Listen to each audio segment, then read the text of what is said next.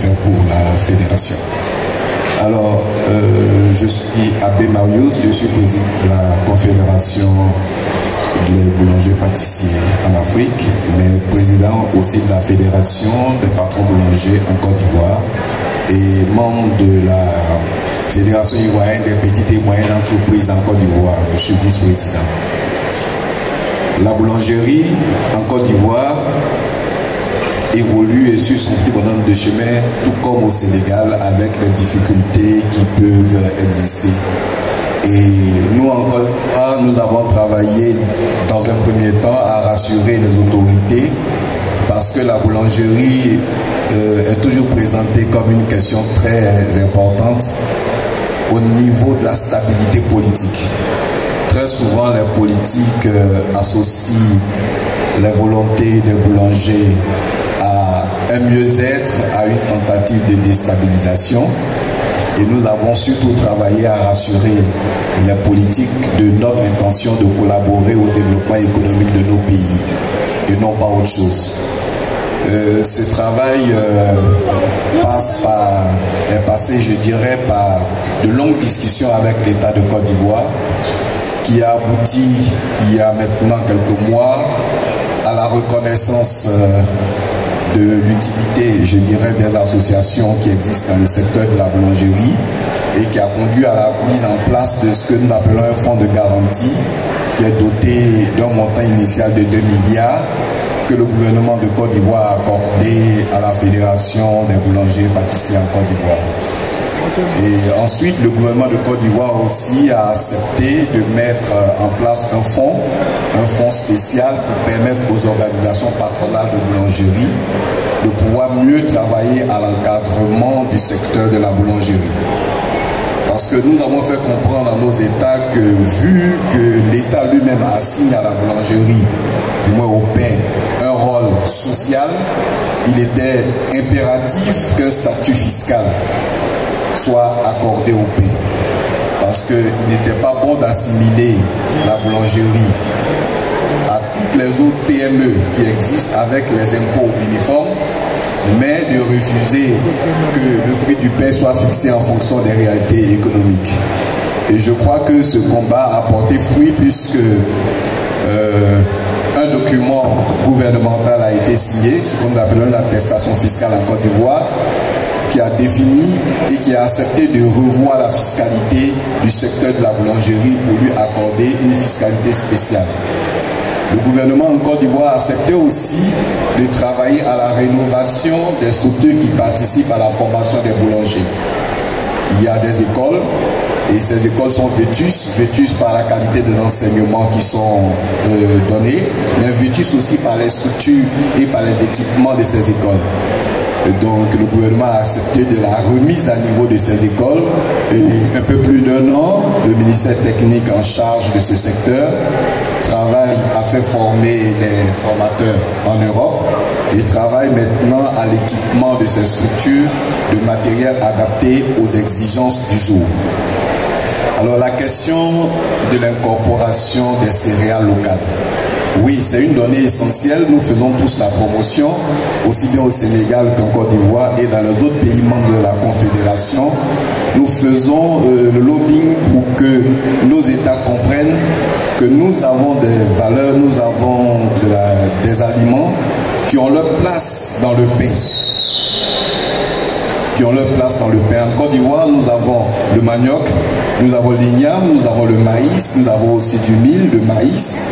Et des structures existent en Côte d'Ivoire qui transforment toutes ces spéculations-là en farine. Nous travaillons en Côte d'Ivoire aussi à l'université, la faculté de biosciences qui est partenaire de la fédération, qui fait l'étude préalable des vertus de chacune de ces farines en matière, je dirais, diététique, parce qu'il ne suffit pas seulement de manger du pain, mais il faut manger du pain et en trouver, si je peux dire, un remède. Beaucoup de personnes souffrent d'intolérance au blé, au gluten, et nous avons des farines locales qui présentent des avantages au niveau de l'alimentation. Donc des partenariats existent avec ces structures telles que l'Université de Côte d'Ivoire, telles que le FIRCA qui est un fonds de recherche en Côte d'Ivoire, tel que le Centre Suisse, pour développer des particularités au niveau de ces farines, au niveau de ces tubercules, qui seront directement consacrés à la fabrication du pain. Le manioc, qui est un produit phare en Côte d'Ivoire, est l'objet de beaucoup de concurrence parce que vous savez ce que c'est que la téké. La téké, c'est un produit phare en Côte d'Ivoire qui se fait à partir du manioc.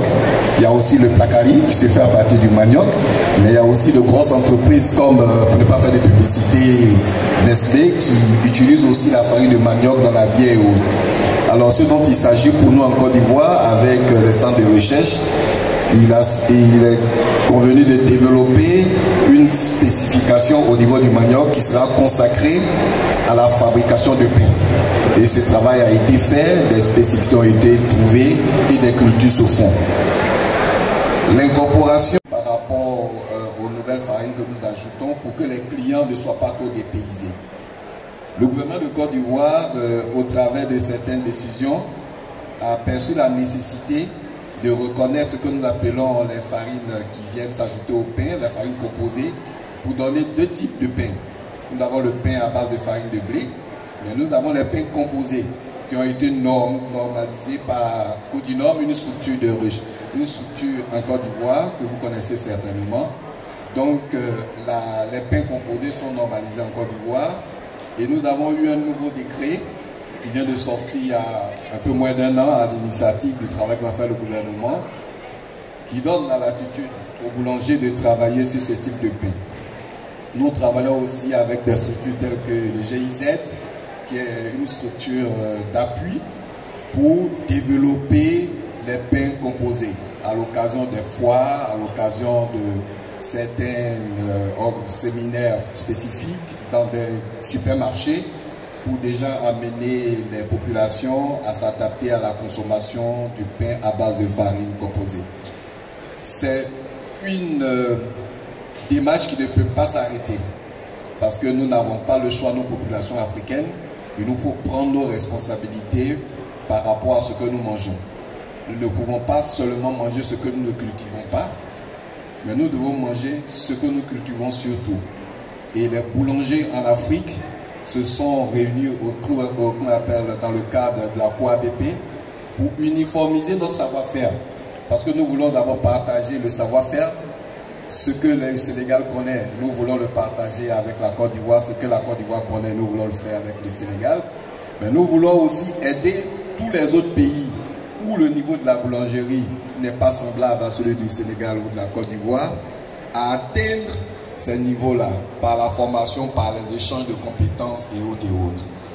Et nous faisons des visites et nous avons des programmes prévus dans ce sens, afin que tous ces pays membres de la Confédération travaillent à incorporer davantage de farine locale dans la fabrication de pain. Nous estimons que ça ne sera pas une tâche impossible, vu que ces aliments-là sont consommés au quotidien sous d'autres formes. Et comme le pain est un vecteur, si je peux dire, important de dissimulation